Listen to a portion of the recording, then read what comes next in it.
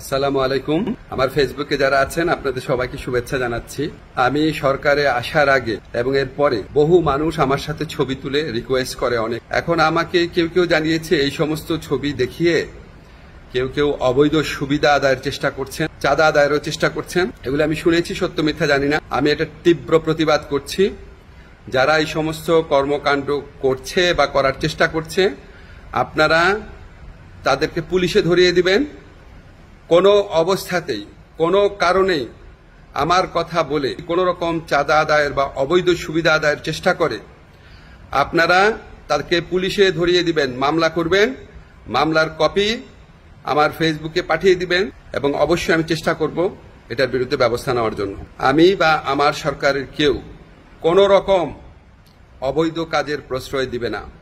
এই সমস্ত কাজ যারা করার চেষ্টা করছেন বা করছেন তাদেরকে আমি কঠোর হুঁশিয়ারি জানাচ্ছি। বাংলাদেশের মানুষের সাথে কোনো রকম অন্যায় করবেন না, আমাদের কারো নাম ব্যবহার করবেন না, আমাদের নামে কোনো রকম চাঁদাবাজি, অবৈধ সুবিধা আদায়, কাউকে কোনো রকম হুমকি দেওয়া, এসব থেকে বিরত থাকবেন। আমরা জানতে পারলে উপযুক্ত আইনগত ব্যবস্থা গ্রহণ করা হবে।